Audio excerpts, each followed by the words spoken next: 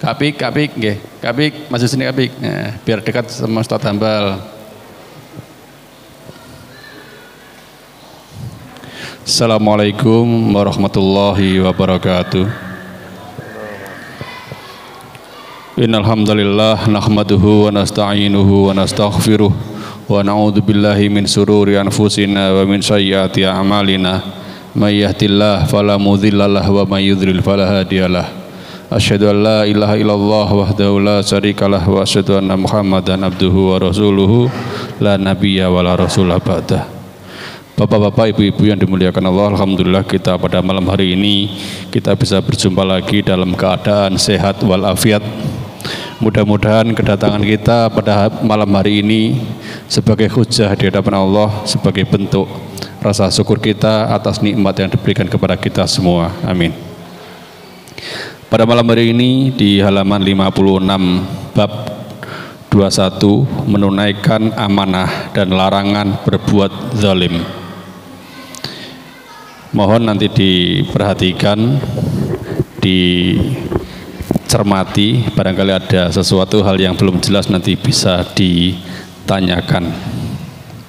Sebelumnya kami ingin menyampaikan kepada Bapak Ibu semua, insya Allah di Masjid Al-Ikhlas mulai tanggal 1 Dzulhijjah yang insya Allah bertepatan pada hari Sabtu saja, Sabtu tanggal 8 Juni ya, insya Allah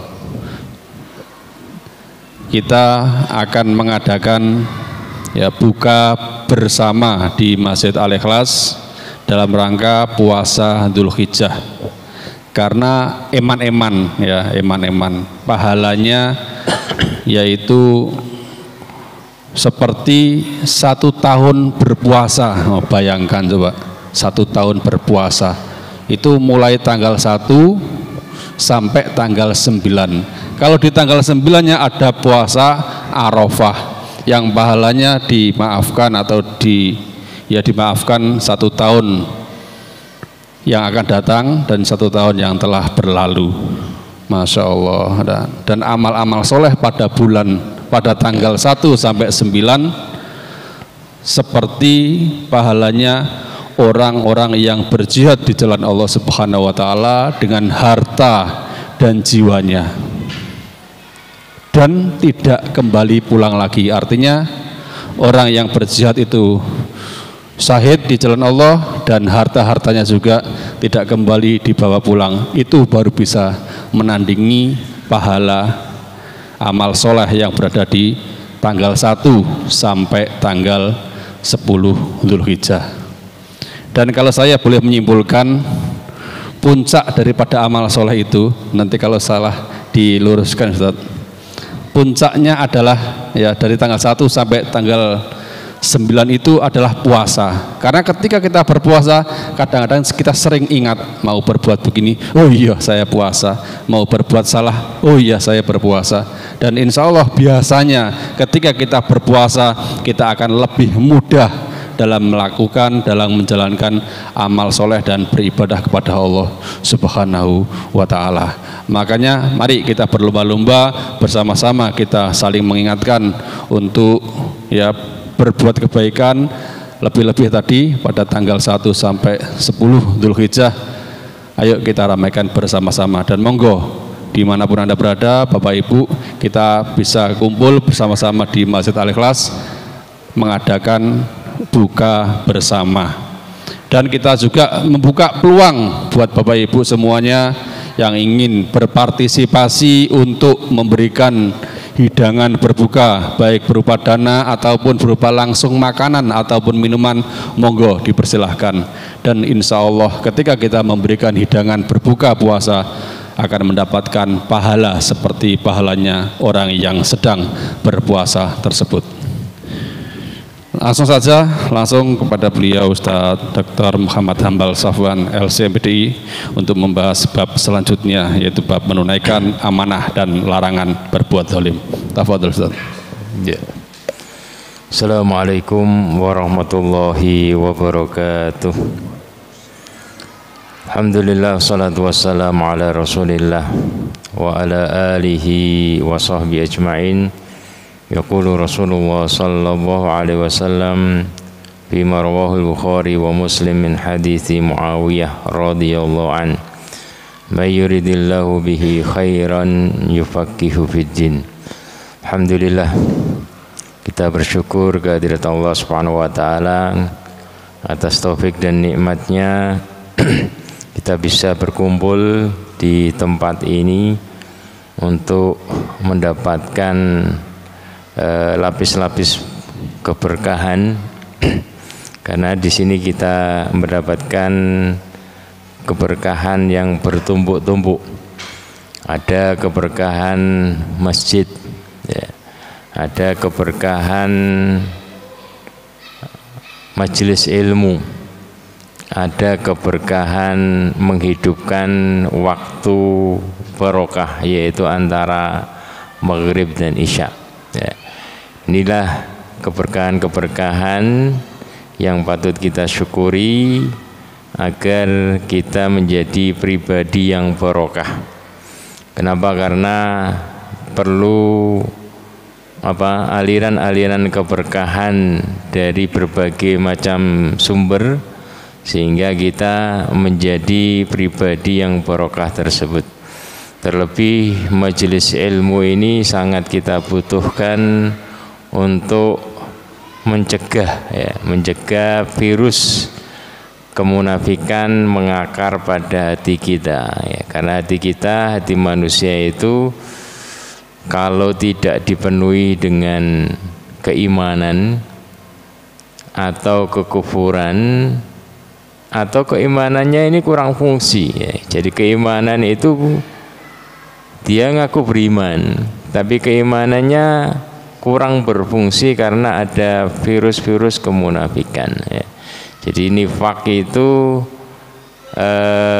bukan hanya pada masa Rasulullah SAW, bukan hanya dongeng, ya. Karena sangat berbahaya, sehingga dalam surat Al-Baqarah langsung Allah Subhanahu wa taala jelaskan hal tersebut, tentang ada orang beriman, ada orang kafir, dan ada orang-orang munafik, ya. Dan ini patut kita sadari, ya, karena munifak itu adalah seperti virus, ya. Seperti juga kanker yang menjadikan keimanan kita, bangunan keimanan kita ini tidak berfungsi, ya, menggerogoti. Makanya dalam sebuah hadis yang diriwayatkan oleh Imam Muslim, ada seorang sahabat yang bernama Handola datang kepada Rasulullah sallallahu alaihi wasallam. Sebelumnya dia datang kepada Abu Bakar, ya, nyampaikan hal yang sama. Kemudian kata Abu Bakar, langsung saja sampaikan kepada Rasulullah. Dia mengatakan, nafaqah Handola ya Rasulullah, wahai Rasulullah, Handola ini sudah dimasuki virus-virus kemunafikan. Faqala Rasulullah sallallahu alaihi wasallam, wa ma dzak? Apa itu wahai Handola?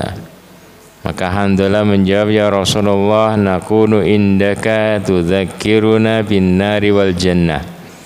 Kalau kami bermajlis di dekatmu, bermajlis ilmu di sekitarmu itu, saat engkau jelaskan tentang surga dan neraka, maka ka'anna ra'yal ain, maka kami ini seakan-akan melihat surga dan neraka di hadapan kita, semangat dan enggak loyo, ya. Fa idza kharajna min indik, namun ketika kita keluar dari majelismu, afasnal azwat wal aulad wad dhiyat, ketika kita menjauh darimu, kita sudah bergelut dengan dunia kita, dengan istri, dengan anak, ngurusi pekerjaan semua. Nasina kathiron, kami menjadi lupa, ya. Keimanan pada hati kami ini kayak loyo, ya. Tapi kalau ada dekat bermajlis denganmu, menguat, ya. Artinya antara keimanan dan kemunafikan ini saling dorong pengaruhnya. Ketika keimanannya ini kuat, maka kemunafikan itu terdorong keluar. Namun ketika melemah, pengaruh kemunafikannya ini lebih menguat, maka keimanannya terdorong. Ya. Sehingga nggak ada letupan-letupan bisikan keimanan. Karena bisikan keimanan ini adalah bisikan untuk berbuat baik. Wa qala Rasulullah sallallahu alaihi wasallam walladzi nafsi biyadihi in law tadumuna ala ma takununa indi wa fi dzikri la safahatkumul malaika ala furushikum wa fi turukikum. Demi yang jiwaku ada di tangannya, sungguh jika kalian tadumun ala ma takun, ya, kalian betul-betul menjaga keadaan kalian sebagaimana ketika berada di sisiku.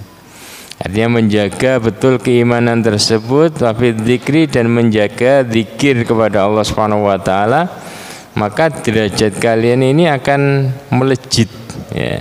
Derajat kalian ini akan melejit sehingga kalian akan disalami oleh para malaikat.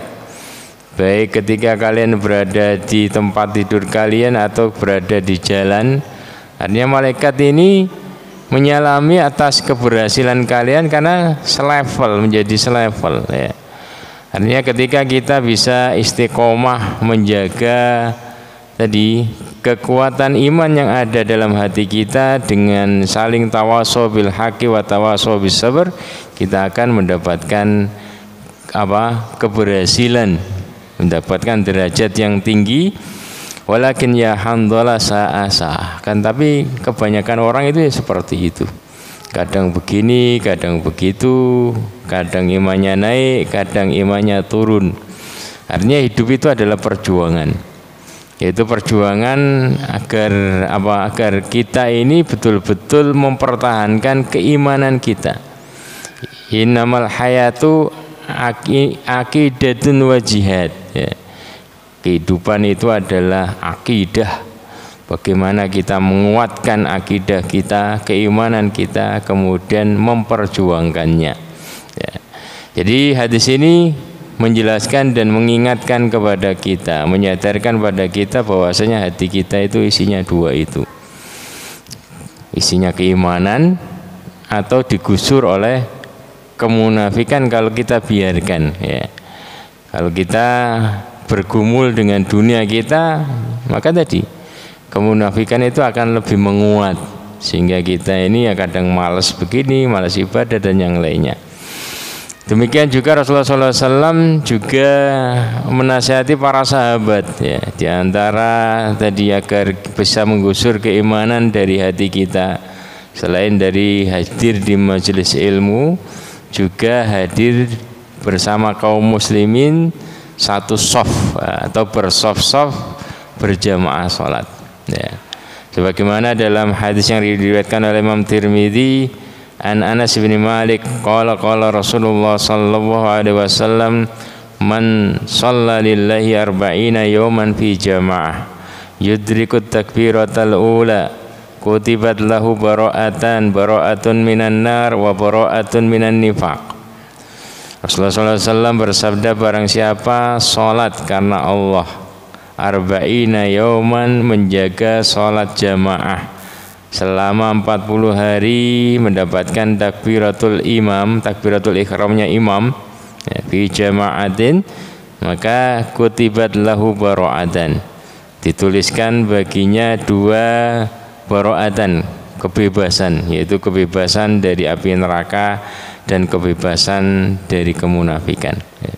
Jadi kumpul-kumpul bareng itu adalah penting, terlebih kumpulnya di masjid, karena masjid itu adalah rumah sakit bagi hati kita.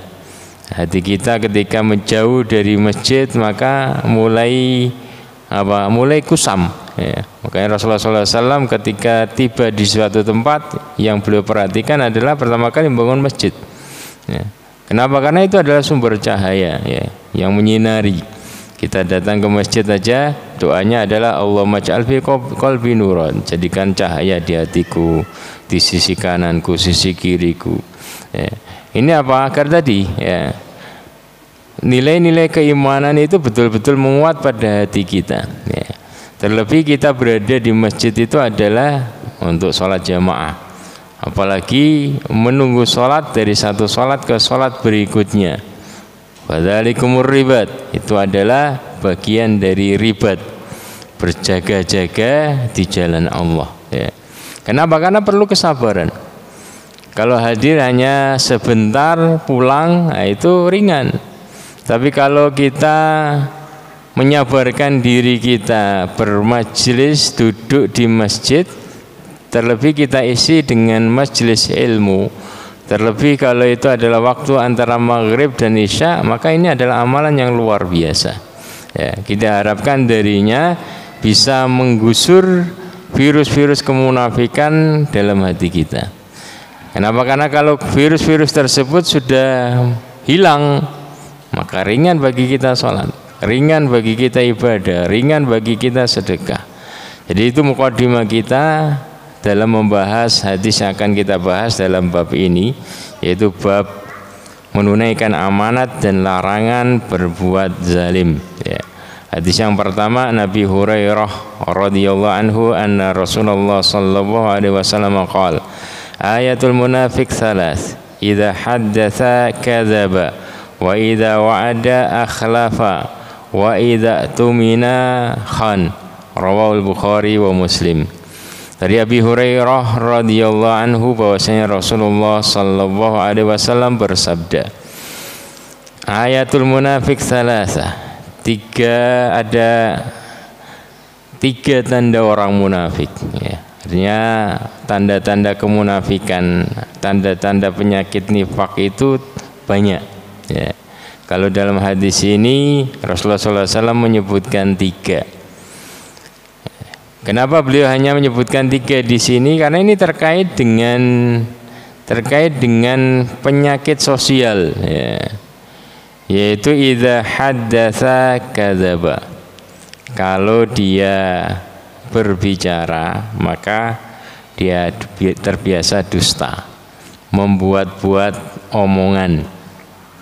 Wa idza wa'ada akhlafa, kalau dia berjanji menjanjikan sesuatu maka ringan bagi dia menyelisihinya, lupa seakan tidak ada beban.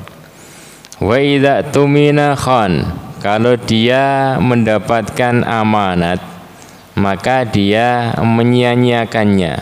Jadi ada dua khianat itu. Yang pertama adalah menyia-nyiakan, tidak menjalankan tugasnya, atau yang sebaliknya ya. Sebaliknya itu adalah dia over dalam memanfaatkan fasilitas tugasnya tersebut ya.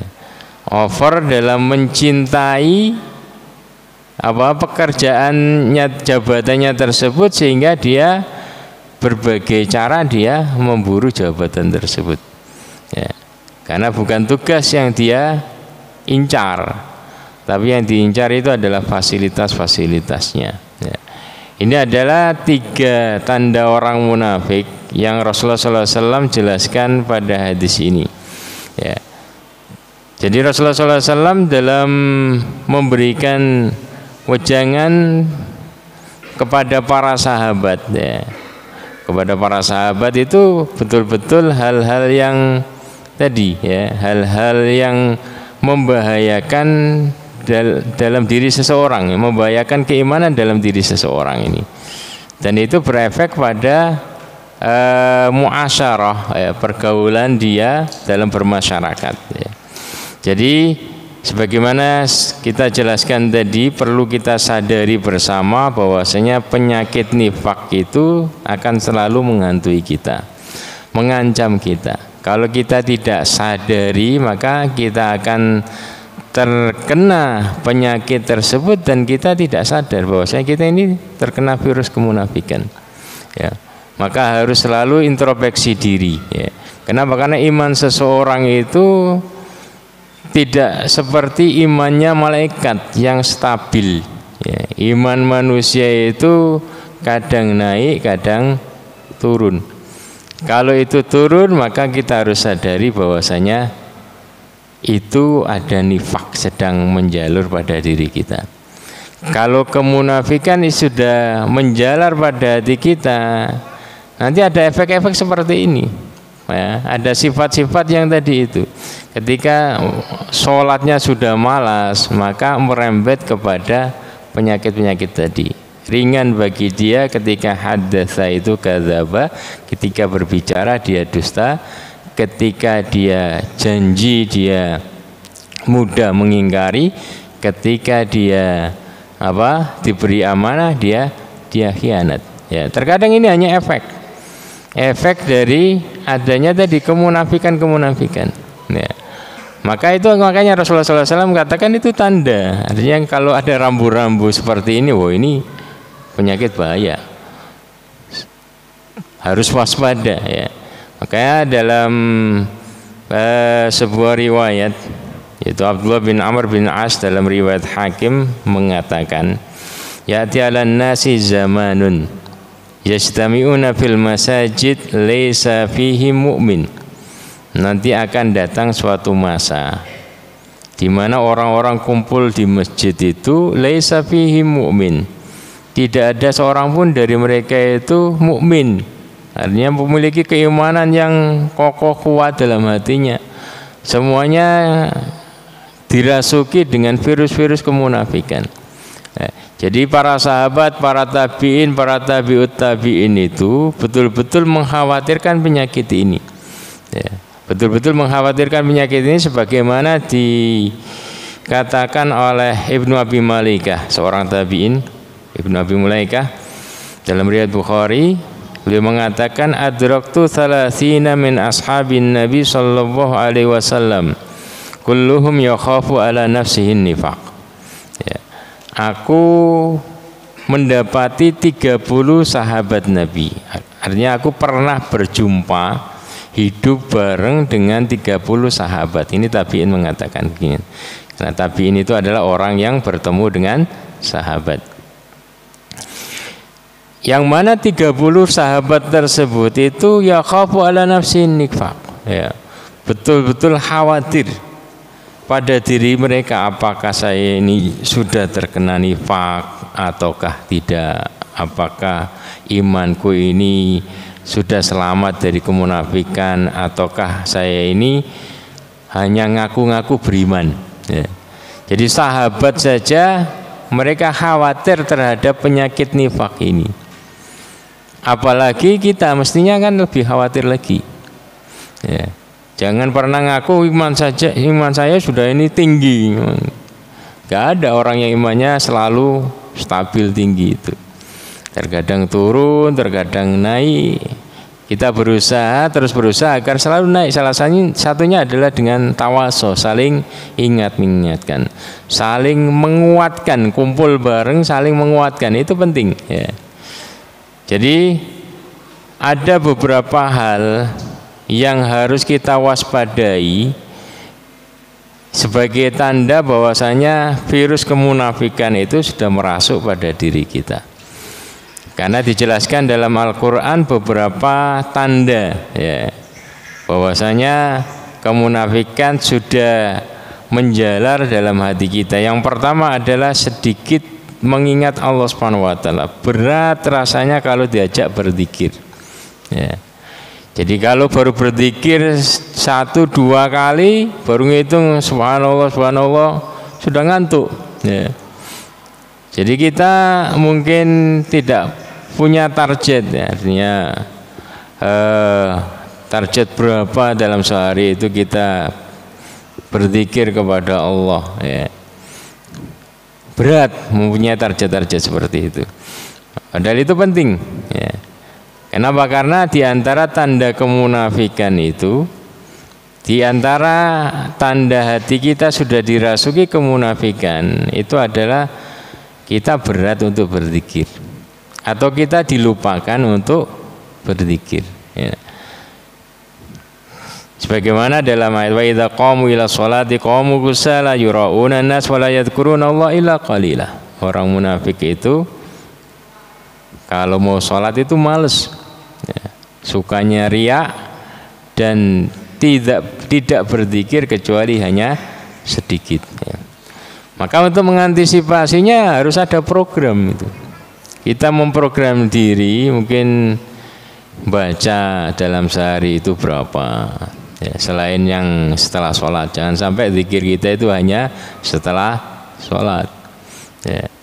Jadi kita programkan dalam sehari atau dalam semalam itu mungkin baca istighfarnya segini, 1000 atau berapa, baca sholawatnya juga segitu. Gak usah dikeras-keraskan. Itu artinya kita program ya. Kita program untuk diri kita pribadi. Mungkin menjelang tidur atau apa, kita sempatkan. Kenapa? Karena itu tujuannya itu adalah untuk mengobati hati kita agar tidak keterusan ya, keterusan dengan kemunafikan yang merasuk dalam hati kita. Itu yang pertama. Kemudian yang kedua yang harus kita waspadai ketika ada rasa berat hati mengerjakan sholat jamaah ya. Makanya ini betul-betul dicek Rasulullah SAW. Beliau sering ngecek para sahabat ketika habis sholat isya atau sholat subuh ya. Beliau menghadap ke jamaah dan bertanya, asyahidun fulan, si fulan ini hadir enggak? Sahabat ini hadir enggak? Asyahidun fulan, asyahidun fulan, fulan ini hadir enggak? Artinya itu adalah salah satu bentuk ya, bentuk Rasulullah SAW memberikan bimbingan kepada para sahabat menjaga. Kenapa? Karena dengan mengecek ya, itu adalah saling ingatkan, sehingga ketika kita terlewatkan, terlalaikan, ketika ada ingatkan balik lagi. Ya, maka Rasulullah tanya gitu, asyahidun fulan, asyahidun fulan, apakah si fulan ini hadir? Kemudian beliau mengatakan, inna athqala sholati alal munafikina sholatul isya wa sholatul fajri. Dua sholat yang paling berat bagi orang munafik ya, untuk mengerjakan secara berjamaah itu adalah sholat isya dan sholat subuh, sholat fajar. Kenapa? Karena keduanya ini dikerjakan malam hari. Kalau dulu kan belum ada listrik, sehingga ketika nggak ketahuan. Karena dasar orang munafik itu beribadah itu adalah riya, yura'unan nas. Ya. Sehingga kalau nggak ada yang ngelihat ya males. Ya. Makanya untuk itu Rasulullah SAW ngecek sahabat-sahabat beliau. Ya. Jadi beliau bukan ngecek orang-orang yang terkenal dengan kemunafikan, tapi beliau ngeceknya itu sahabat-sahabat pilihan. Agar apa? Agar menjaga ya. Jadi karena orang-orang munafik itu biasa ya, izin bisa begini, tapi Rasulullah biarkan ya. Tapi kalau ada orang sahabat-sahabat pilihan yang izin, maka betul-betul ada perhatian khusus dari beliau. Jadi itu, bahwa kemudian Rasulullah SAW mengatakan, mengingatkan, saya katakan seperti ini, ngecek itu apakah sahabat-sahabat pilihanku ini terkena virus nifak ataukah tidak. Ketika ada ya sudah. Kenapa? Karena sholat yang paling berat bagi orang munafik itu adalah sholat isya dan sholat subuh ya. Jadi ada banyak pelajaran yang kita bisa peroleh dari hadis ini ya. Yang pertama, bahwa orang mukmin itu haruslah berkata jujur, menepati janji dan menjaga amanat. Ya, karena iman itu harus memiliki buah-buah yang baik. Jadi Rasulullah SAW katakan, al iman bid'un wasitun aw bid'un wasab'un asy'ubah. Iman itu ada 60 atau 70-an cabang kebaikan. Artinya iman itu harus ada efek kebaikan yang keluar. Kenapa? Karena iman itu berupa letupan-letupan kebaikan, panggilan-panggilan kebaikan. Ya, jadi bukan hanya dingin, nggak ada efek baiknya. Jadi keimanan itu adalah harus seperti itu. Yang muncul itu adalah efek-efek kebaikan. Ya, maka orang yang beriman itu ya tadi itu. Ketika berbicara maka berbicara yang baik. Ya. Sebaliknya kemunafikan itu tadi mengamputasi keimanan, Sehingga apa? Nggak ada petunjuk kebaikan. Berbicara, ya berbicaranya ngawur, banyak yang dusta. Ya. Jadi orang mukmin itu haruslah berkata jujur, menepati janji dan menjaga amanat. Ya, maksudnya adalah ini adalah introspeksi bagi diri kita masing-masing. Ya, kalau perkataan kita ini masih perkataan banyak dustanya, ringan bagi kita berdusta, maka belum ada pengaruh keimanan pada lisan kita. Ya. Jadi ada 70 atau 60 cabang keimanan, cabang kebaikan. Itu para ulama itu merinci. Lisan itu begini, tangan itu begini, mata itu begini, cabang keimanan yang harus ada. Ya. Jadi hidup kita ini itu tidak lepas dari amanah. Ya. Hidup seseorang itu tidak akan lepas dari amanat. Mesti ada amanat, beban yang harus ditanggung. Itu yang harus disadari. Ya. Rasulullah katakan kullukum ra'in wa kullukum maslu'unun an ra'iyati. Setiap dari kalian ini adalah ra'in, ya, pemimpin, punya beban, punya tanggung jawab, dan nanti akan dimintai pertanggungjawaban atas apa yang dia tanggung tersebut.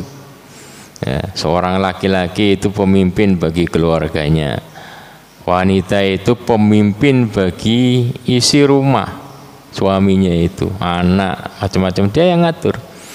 Tapi laporannya kepada suaminya yang paling bertanggung jawab penuh. Ya. Jadi ada yang ruang lingkupnya itu luas, ada yang hanya sedikit. Tapi masing-masing kita seperti itu.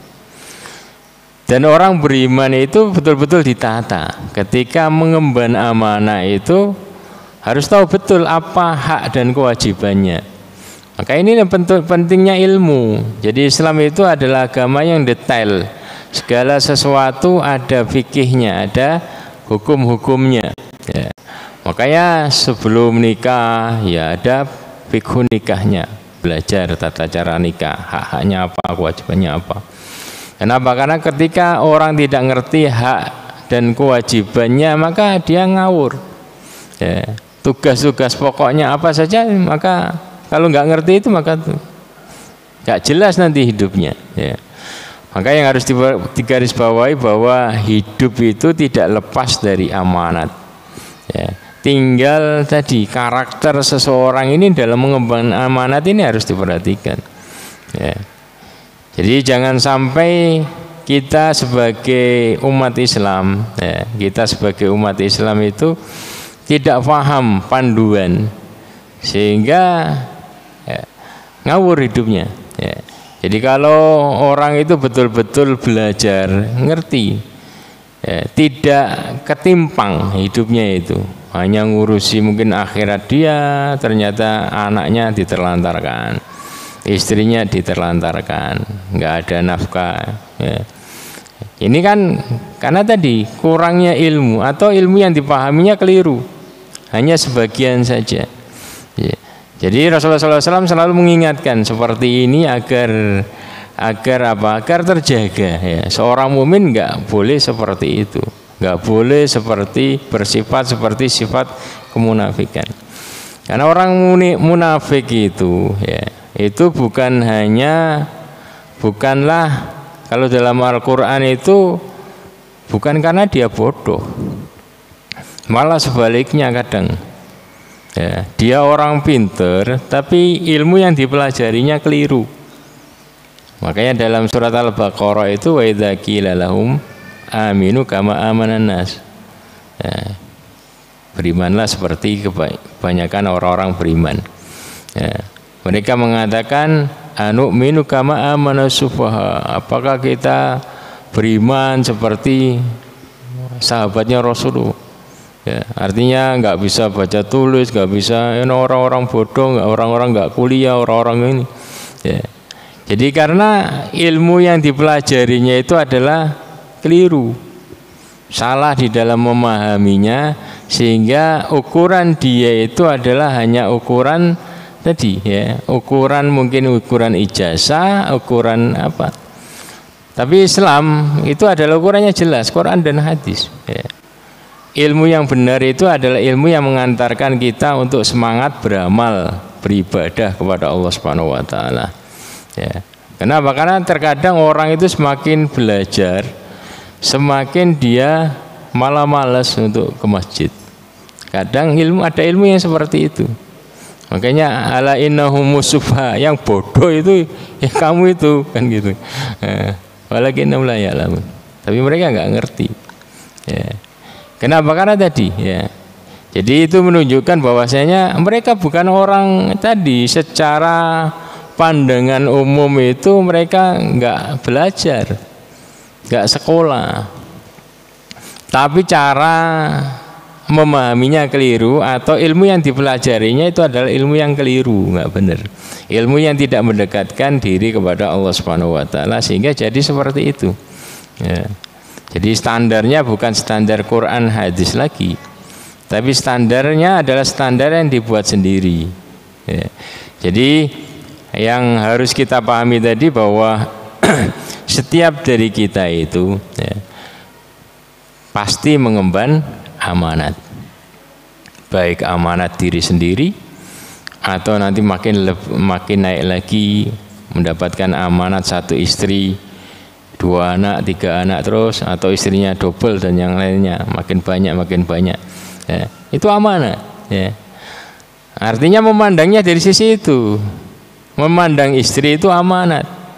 Kalau tidak, maka dia hanya melihatnya oh itu nikmat saja ya.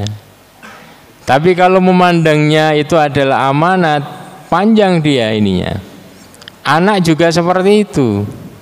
Kalau yang dilihat itu anak itu adalah amanat, titipan dari Allah Subhanahu wa taala, maka dia akan berusaha semaksimal mungkin dalam mengemban amanat tersebut. Ya. Kalau tidak ya seenaknya saja dia dalam berkeluarga, dalam ngurusi istri dan anak-anaknya seenaknya saja, sehingga nanti pada akhirnya dia dituntut oleh orang-orang yang menjadi tanggungannya nanti di akhirat. Ya. Innahu la yu'allimun wa la yu'adzibuni. Innama ya'tini bi khubzis sa'ir, ya, seperti perkataan seorang wanita menuntut kepada suaminya. Ya Allah, dia tidak pernah ngajariku, dia tidak pernah mendidikku, dia hanya memberikan aku nafkah. Ya. Jadi itu kan karena salah ya, cara pandangnya itu keliru. Ya. Makanya perlu fikih nikah, perlu fikih ibadah, perlu fikih muamalah, jual beli, macam-macam itu diperlukan. Agar kita memandangnya itu memandang sebagai sebuah amanat. Ya. Makanya apa yang kita pegang di dunia ini, termasuk harta, itu adalah amanat dari Allah Subhanahu wa taala. Ya. Maka ketika kita diberi amanat, maka jangan sampai khianat. Ya. La in syakartum la azidannakum. Ya, kalau kalian bersyukur aku tambah. Ya. Artinya memandang itu amanat betul-betul dijalankan, betul-betul disalurkan. Ya. Tapi kalau wala in kafartum, kalian tidak amanat. Ya. Yang aslinya harus disalurkan, tidak disalurkan. Ya. Sehingga itu namanya kufur. Allah mengancam inna adzabi lasyadid. Ya. Jadi dalam surat Al-Ahzab ayat 72 Allah Ta'ala mengingatkan kepada kita, inna aradnal amanata ala samawati wal ardi wal jibal fa abaina yahmilnaha wa ashfaqna minha wa hamalha al-insan innahu kana zaluman jahula. Ya. Jadi kami telah menawarkan amanat agama ini. Kenapa? Karena agama ini berisi aturan-aturan. Ya, kami tawarkan agama ini, amanat agama ini, aturan-aturan hidup ini kepada makhluk-makhluk yang super besar, kepada langit, kepada bumi, kepada gunung. Tapi fa'abaina yahmilnaha, mereka semua tidak berani memikulnya. Ya. Wa asfaqna minha wa hamalhal insan, tapi ada makhluk kecil yang memberanikan diri, yaitu manusia, termasuk kita. Innahu kana zaluman jahula. Ya. Jadi Allah melanjutkan mengingatkan kepada kita bahwasanya tabiat manusia itu adalah zalim dan jahil.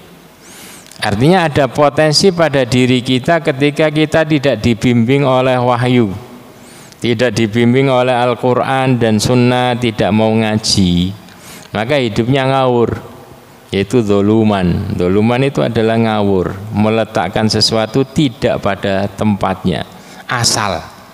Hidupnya itu nanti asal, cara ngerjakan ini juga asal, macam-macam asal.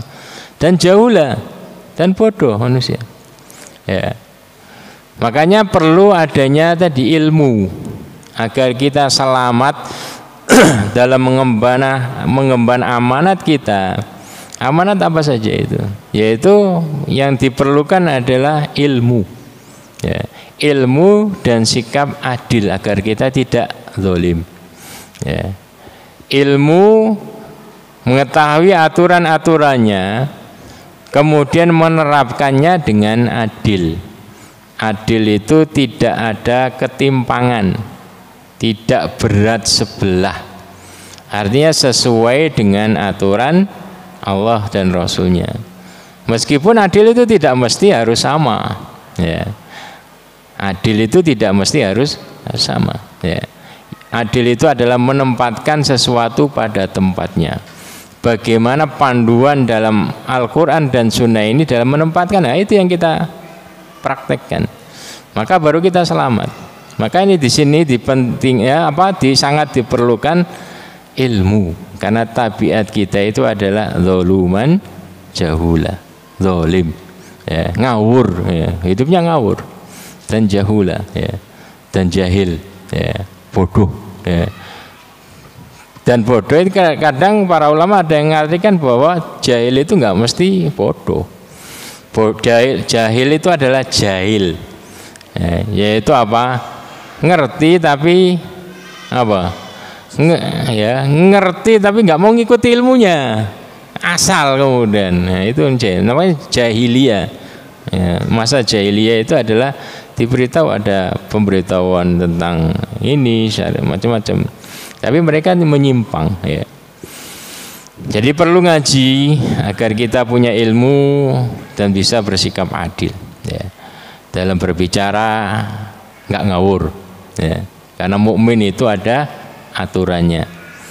Kemudian juga dalam berjanji itu juga betul-betul betul-betul berusaha semaksimal mungkin untuk menepati, ya, berjanji, sehingga tidak asal-asalan janji, ya. Kadang asal-asalan janji kemudian ditanya, oh iya lupa.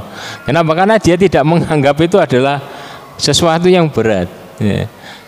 Bukan menganggap itu beban, sehingga tanpa beban dia kemudian mengingkari janjinya tersebut. Demikian juga dalam tadi bertugas, ya. Jangan hanya memfokuskan pada tugas-tugas tertentu, tapi yang dimaksud tugas ini ya tadi amanat semuanya, ya. Mengemban amanat sebagai kepala rumah tangga, sebagai apa saja, termasuk pekerjaan kita ini apa. Nah, ini adalah amanat. Kamu dibayar untuk ini, ya amanahnya itu kamu kerjakan dengan semaksimal mungkin. Sehingga tadi, ya, orang mukmin itu berbeda dengan yang lainnya. Kenapa? Karena dia dibimbing oleh keimanan dalam hati dia. Ada aturan-aturan, ya. Sehingga meskipun tidak ada yang ngawasi, dia tetap menjalankan tugasnya tersebut, ya. Kenapa? Karena ini panggilan keimanan, karena iman menuntut untuk itu sebagai seorang yang amanah. Ya, silakan azan dulu.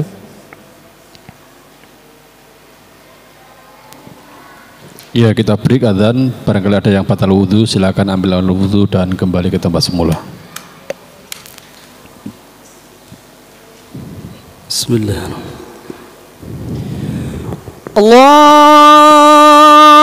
Akbar, Allahu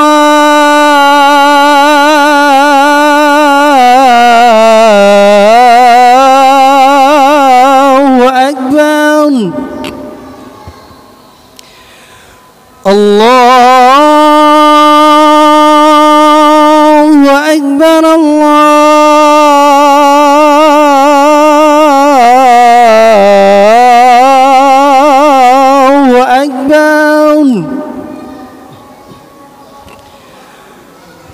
أشهد أن لا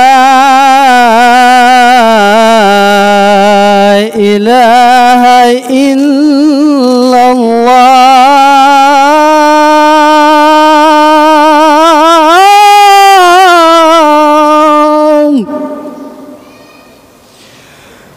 أشهد أن لا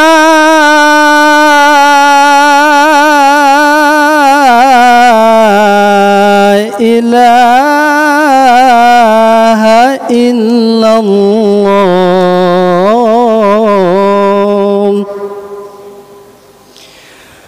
أشهد أن محمدا رسول الله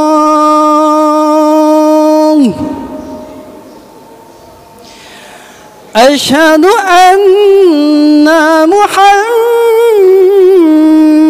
رسول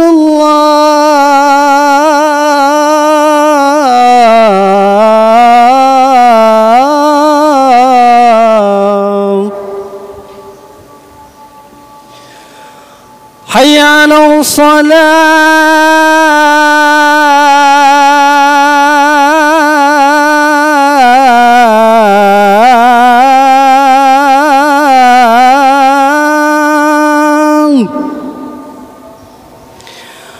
حي على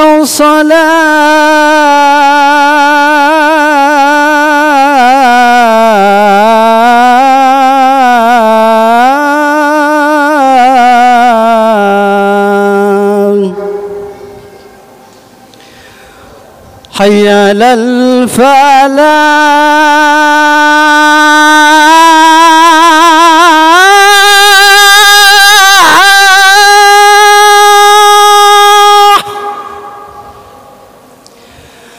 حي على الفلاح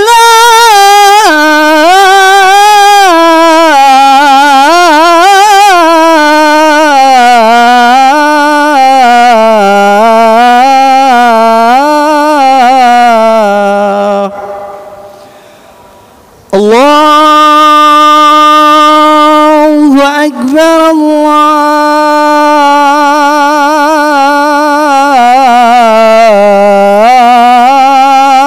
الله أكبر لا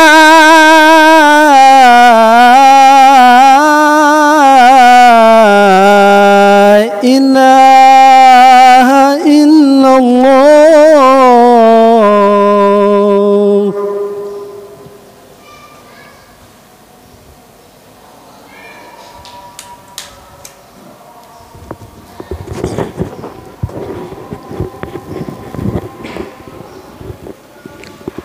Ya, kita lanjutkan sebentar ya. Pelajaran yang kedua yang kita bisa peroleh dari hadis ini adalah bahwa akhlak yang terpuji adalah bukti keimanan. Ya, akhlak yang terpuji adalah bukti keimanan. Ya, ketika iman itu tidak berfungsi, maka hasilnya tadi ngomongnya ngawur, gampang dusta, ya, kemudian tidak amanat, janji juga tidak ditepati. Tapi ketika keimanan itu betul-betul berfungsi, maka yang ada yang ditampilkan itu adalah akhlak-akhlak yang terpuji. Jadi iman itu adalah efek kebaikan, ya, untuk berbeda, ya, berbeda dengan orang yang tidak memiliki keimanan. Maka Rasulullah SAW datang, ya, beliau katakan innama bu'istu liutammima makarimal akhlak. Aku diutus, tujuan utamanya adalah untuk menyempurnakan akhlak. Kenapa? Karena pada zaman jahiliyah itu adalah zaman yang tanpa aturan, ngawur. Ya, betul-betul zaluman jahulannya tadi tampak. Ya, zalim jahil, ya, betul-betul tampak, ya, ngawur. Ya.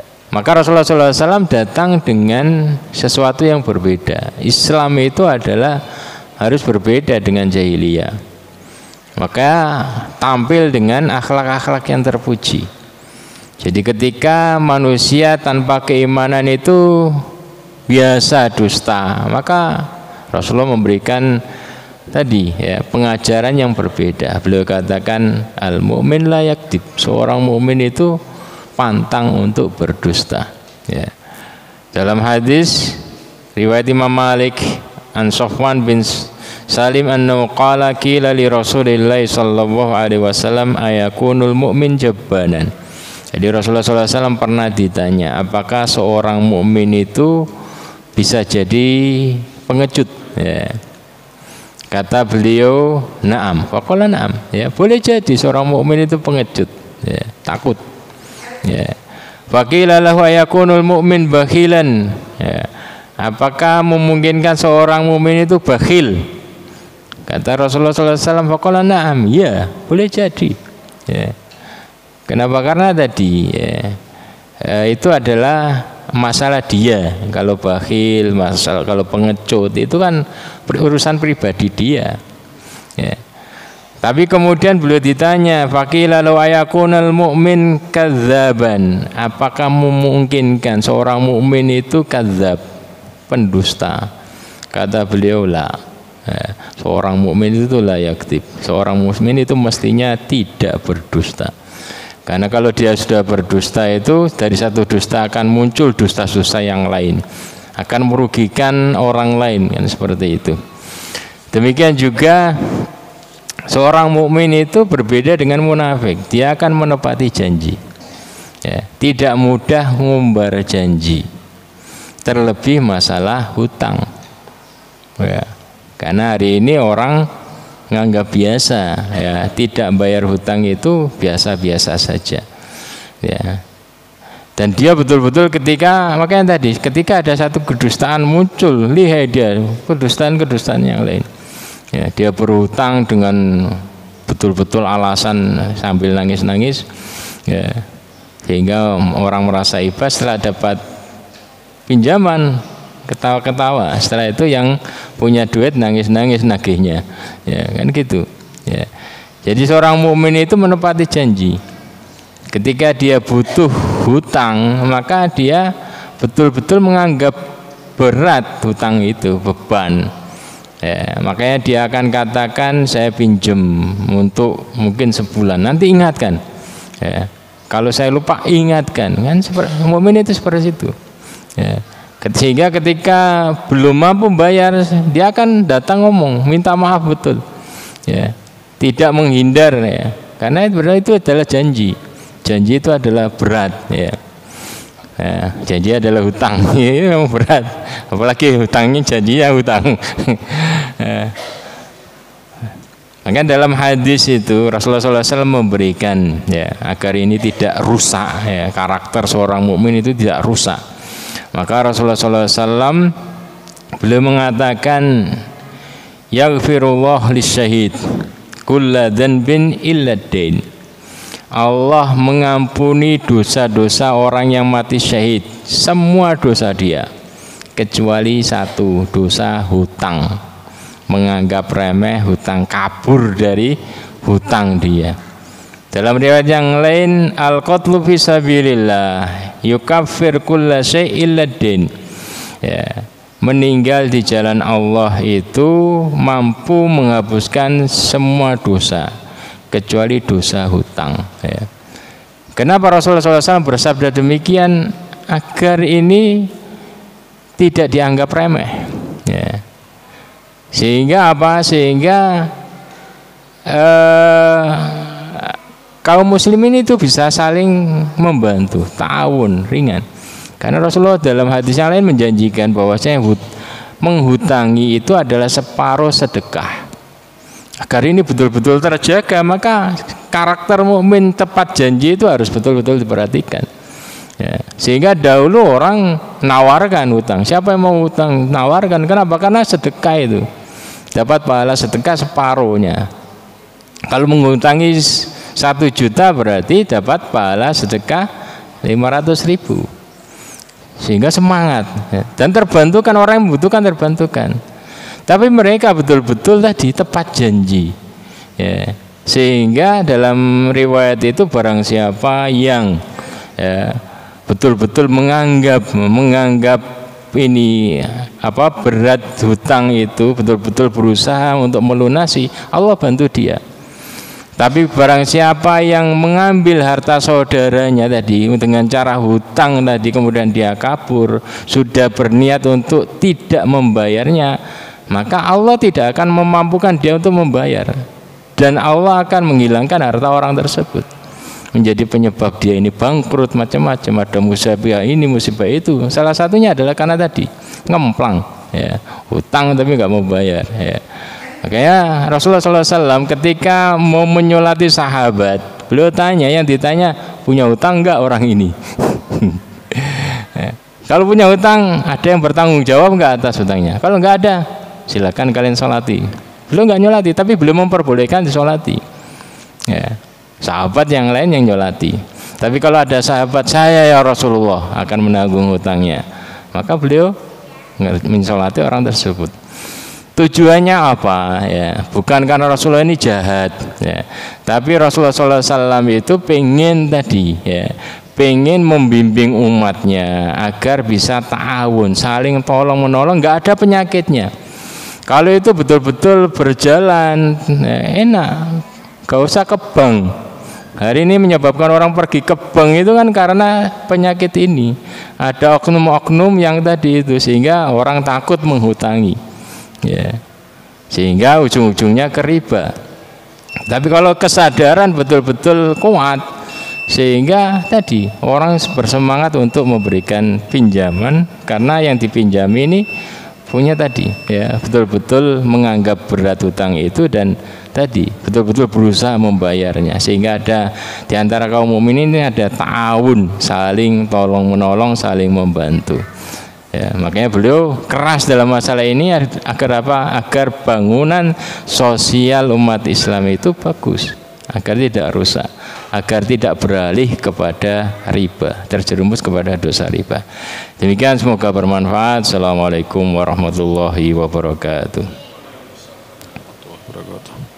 Demikian tadi yang disampaikan oleh Ustadz Hambal.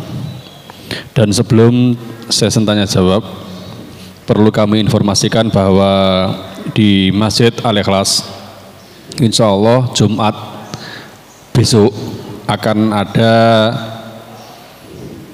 parenting, yaitu pendidikan anak supaya bisa cepat menghafal Al-Quran, yang akan dihadiri oleh Ananda Akila, yaitu juara 1 Hafiz Indonesia di RCTI pada tahun 2021. Ya, sekali lagi ini sebagai bentuk undangan kepada Bapak Ibu semuanya. Besok hari Jumat setelah sholat asar persis akan mendatangkan Ananda Akila, dan namanya itu Akila Factor atau apa itu, lupa saya, yaitu metode untuk mempercepat hafalan Al-Quran. Akila adalah juara 1 Hafiz Indonesia di RCTI pada tahun 2021. Maka dari itu monggo Bapak Ibu semuanya ya untuk bisa hadir agar bisa mengetahui ilmunya, bagaimana cara mempercepat menghafal Al-Quran. Semoga bisa bermanfaat buat kita semuanya. Monggo dilanjut dari sesi tanya jawab, barangkali ada yang ingin bertanya. Iya, Ustadz Abbas. Mik.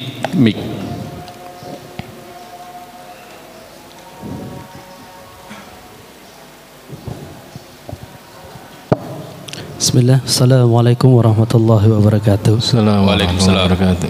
Berkaitan dengan tema di sini yang saya tanyakan, Ustaz, tatkala seseorang itu menzalimi temannya dan kemudian yang dizalimi itu tidak terima, bahkan mungkin sampai mau meninggal dunia tidak terima, apakah dosanya itu akan mengalir terus, Ustaz? Itu yang saya sampaikan, Ustaz, yang saya tanyakan. Assalamualaikum warahmatullahi wabarakatuh. Assalamualaikum warahmatullahi wabarakatuh. Ya, Sebelum menjawab, menginfokan bahwa jawaban dari pertanyaan kemarin tentang perbedaan hasanah, ma'ruf dan yang lainnya itu sudah saya share di grup 420 hadis panjang, itu tinggal dibaca ya. Kemudian pertanyaan yang sekarang ya tentang orang yang berbuat zalim ya, kepada seseorang, apakah dosanya terus mengalir ketika orang tersebut tidak memaafkan. Jadi tergantung kedzaliman yang dia perbuat. Kalau kedzalimannya itu jariyah, terus berulang terus, ya dosanya terus berulang. Tapi kalau kedzalimannya cuma sekali, ya, maka ya sekali tadi dosa tadi. Ya.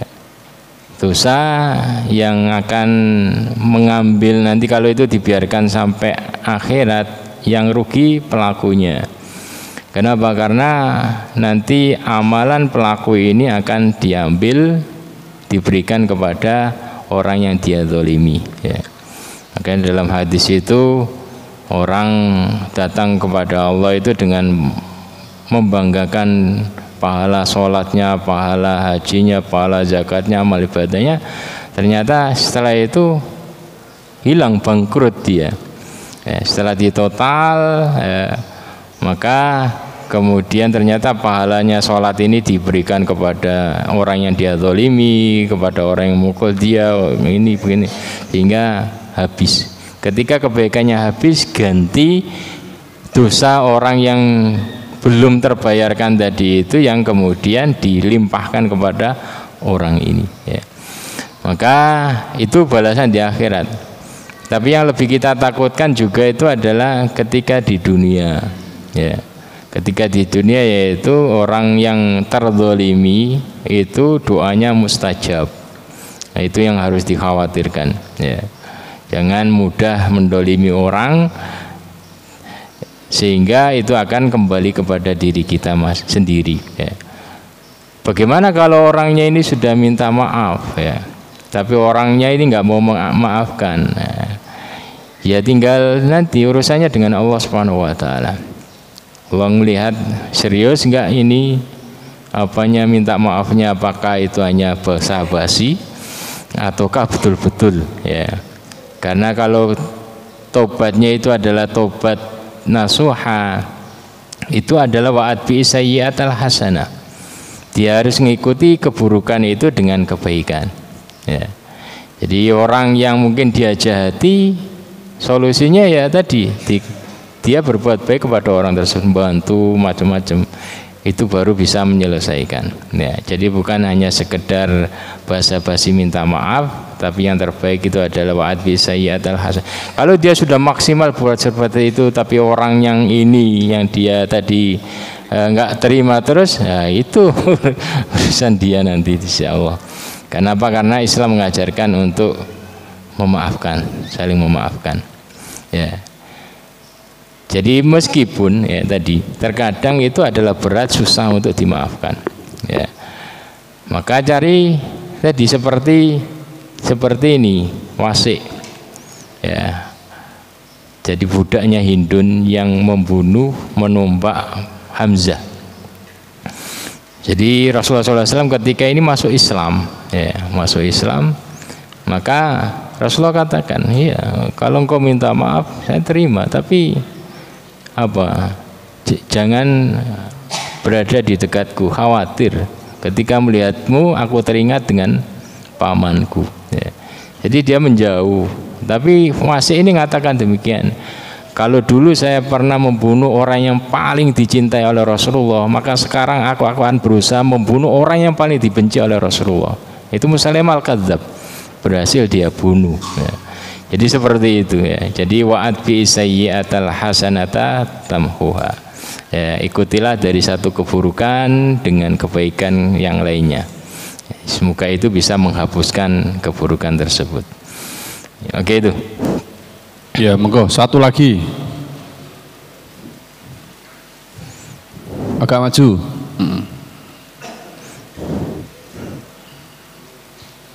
Enggak usah kata ya, antara ini baik. Gak mesti gak kamot kabeli. Sampean nanti ini. Nah, Assalamualaikum warahmatullahi wabarakatuh. Waalaikumsalam warahmatullahi wabarakatuh. Singkat saja Ustadz, ini sifat atau penyakit munafik itu kan sangat berat sekali. Apakah ada doa-doa khusus dari Rasulullah supaya kita ini terhindar dari sifat nifak atau munafik itu? Singkat, mawon. Assalamualaikum warahmatullahi wabarakatuh. Waalaikumsalam warahmatullahi wabarakatuh. Ya. Ya, doa itu seperti ini, ya, berlindung dari nifak, termasuk ada doa, ya, itu berlindung dari kemunafikan, termasuk juga Allahumma habib ilainal iman wa zayyinhu fi qulubina wa karrih ilainal kufra wal fusuqa wal isyan wan nifaq, tinggal ditambahkan kemunafikan, ya. Ya Allah, jadikanlah hati kami ini cinta kepada keimanan, ya. Dan itu jadikanlah itu yang menghiasi hati kami. Karena kalau keimanan ini kuat dalam hati, maka ini bisa menggusur kemunafikan. Wakarih, jadikan hati kami ini benci, benci kepada wakarih ini kepada kekufuran, kepada kekufran wal isyan, kemaksiatan, termasuk dari kemunafikan, tinggal ditambahi seperti itu.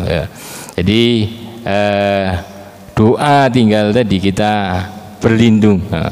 Selain berdoa, kemudian kerjakan apa yang diwasiatkan oleh Rasulullah SAW. 40 hari sholat jamaah dapat takbiratul ihram. Nah, insya Allah itu bisa menggusur kemunafikan dalam hati kita, ya. Jangan hanya sekedar doa kemudian nggak sholat jamaah. Kenapa? Karena tadi itu, ya, kemunafikan. Makanya dalam surat akhir surat Al-Munafikun itu Allah kasih solusi, ya. Dalam akhir surat Munafikun itu ada Allah kasih solusi, ya, yaitu ya ayyuhalladzina amanu la tulhikum amwalukum wala auladukum an dzikrillah wa may yaf'al dzalika faulaika humul khasirun. Solusi yang pertama itu adalah selalu ingat zikir, termasuk itu adalah sholat, ya. Sholat jamaah termasuk sholat malam. Nah, ini yang kemudian mengisi hati kita dengan keimanan-keimanan. Kemudian wa anfiqu mimma razaqnakum min qabli ay ya'tiya ahadakumul maut fayaqula rabbi laula akhartani ila ajalin qarib fa asaddaqa wa akum minas sholihin, ya. Dan sedekah, ya, itu yang kemudian bisa menggusur virus kemunafikan dalam hati kita, ya. Kemudian karena wala yastami'u syuh wal iman fi qalbi abdin abadan, ya. Karena hati seorang mukmin ketika ada dia itu tidak terkumpul dalam hatinya kebakhilan dan keimanan, ya. Mana yang mempengaruhi?